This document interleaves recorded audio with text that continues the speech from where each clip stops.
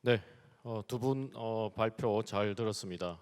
플라스틱 폴루션의 이슈가 기후 변화라든지 생물 다양성과 다 함께 연관되어 있는 이슈이고, 지금 뭐 영어로 표현하자면은 정말 이제 그 이미넌트한 긴박한 이슈라서 더 이상 어떤 다이얼로그라든지 또 정책 수단에 대한 끊임없는 네고시에이션을 넘어서서 확실한 좀 이펙티브한 그런 정책 수단이 필요한 것 같습니다. 그래서 오늘 이 자리를 통해서 좀 더 실천적이고 그리고 효과적인 정책 수단에 대한 청사진이 조금이라도 그려지고 또 이후에 국제 미팅이 또 계속 계획이 되어 있는데 거기에서 구체적으로 되기를 바라는 마음입니다.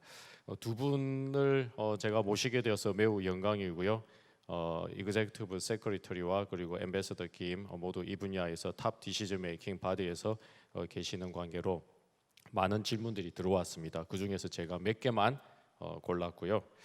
우선 올해 하반기 11월 달로 지금 계획이 되어 있는데 그때 논의가 될 수 있는 아젠다가 있다면은 무엇인지에 대한 질문이 들어왔습니다. 그래서 이 부분은 우리 이그제큐티브 시크리티 조초 마트로 필립에게 제가 여쭙고 싶습니다. 요 질문에 대해서 준비하시는 동안 그 다음에 두 번째 질문은 제가 김 대사님께 드리고 싶습니다.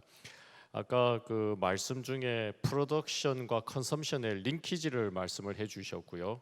또 두 분 다 인터내셔널리 리걸리 바인딩 스트래티지에 대해서 여러 번 언급을 해주셨습니다. 저는 주로 파리 협정이라든지 나고야 의정서 관련해서 뭐 여러 일들을 하고 있는데 이 플라스틱 이슈 같은 경우에는 좀 더 델리키트한 게 이 컨섬션 파트가 불특정 다수의 스몰 에이전트가 많다라는 겁니다. CO2 이미션의 경우에는 큰 어떤 산업 섹터가 타겟이 될 수도 있겠는데 물론 이제 이 대체 물질을 개발하고 하는 거는 프로덕션 베이스에 대한 거고요. 컨섬션 베이스는 이제 불특정 다수의 소비자들을 대상으로 해서 어떻게 이 플라스틱 재순환 또 가능한 한 제로 플라스틱을 이끌 것인가 하는 이 부분인데 그때 이제 말씀하신 인터내셔널리 리걸리 바인딩 스트래티지를 어떻게 가져갈 것인지에 대해서 또 김 대사님께 질문 여쭙고 싶습니다. 예, 그래서 시간 관계상 좀 촉박하지만은 두 분의 해안이 담긴 답변 부탁합니다. 먼저 조초 please. Thank you so much. And I think your question to me was what will be discussed at INC3? For this November meeting. Yes, okay. Thank you so much for that question.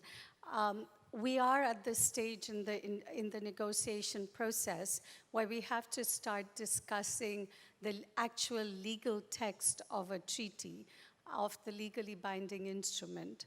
And so this is what we are preparing right now. It's called a zero draft. Member states had discussed at INC1 what their whole views, the views on what they would like included in the treaty. And based on that, we had developed an options paper. And I invite you to go online and see this paper and read it, in which we had 12 options which we had put forward, which were for the whole life cycle of plastic from production to waste to recycle, reuse, refill, repair. So we produced this paper at for INC2, and it was discussed there. Based on the discussions, we are now taking the parts that member states requested us to go into the actual text of a legal document, and we are preparing negotiation text for governments to discuss at INC3. So this is the whole sort of like draft of what a treaty would look like. It will not have some of the text like scope and principles and definitions and final provisions, which are all part of a treaty, because these have not been discussed as yet. But the core of it, what we call control measures and obligations, will be there in the treaty, and it is in the text, and it will be up to member states to decide how to take this text forward, to see what stays, what we need to delete, what becomes a core obligation of the agreement. So all of these will be discussed at INC3 in Nairobi in November. Thank you. Thank you. I have just one question. When you refer to some several options and internationally legally binding strategy, would you probably consider something stick and carrot-like measures, such as some of the financial instrument you observe in the emission trading program? So what kind of some of the real driving horse, some of the working horse, can you consider to pursue some binding strategy for each member country?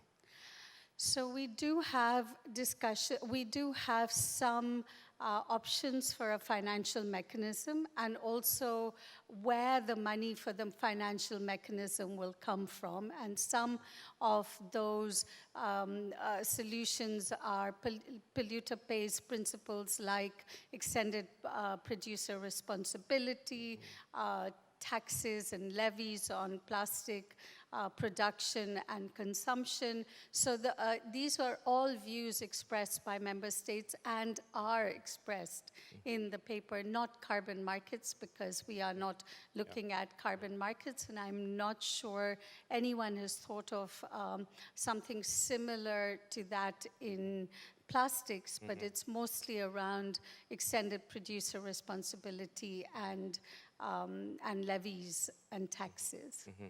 Thank you so much for your insight. Thank you. Yeah, Ambassador Kim. Thank you, Professor Park, raising very, very important question. Because plastic is very widely used in our daily lives, when we discuss about regulating plastic, we must include the consumption and demand aspect as well. That's why in the INC meeting, we discuss how to set a linkage between production and supply and consumption and need. However, because the negotiation is at an initial stage, we are discussing whether we are going to set a very clear target.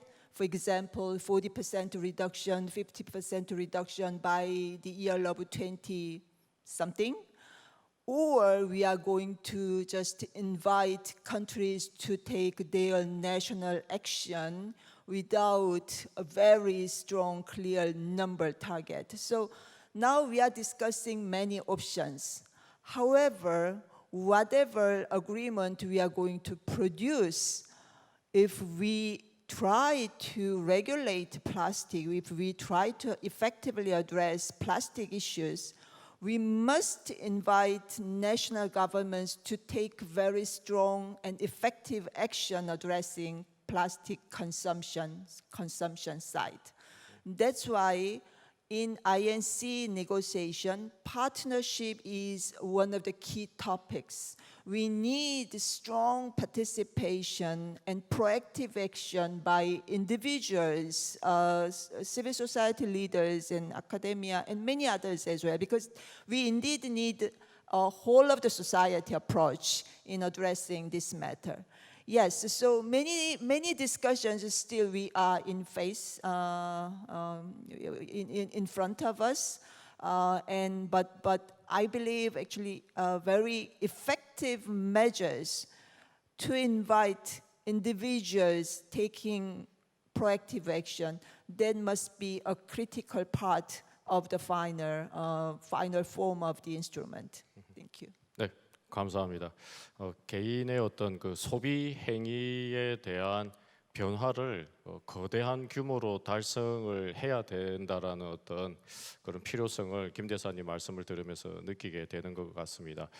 90년대 아마 기억을 하시겠지만 우리나라에서 그 폐기물 예치금제라든지 쓰레기 종량제가 시행이 되었습니다. 그때 제가 유럽을 출장을 가면서 이게 과연 우리나라에서 워킹 가능한 어떤 제도인가 처음에는 조금 비관적이었고요. 근데 실제 이게 제도가 도입이 되다 보니까는 폐기물 재활용률이 급격하게 증가하였거든요. 예, 그래서 그 배경이 여러 가지가 있습니다.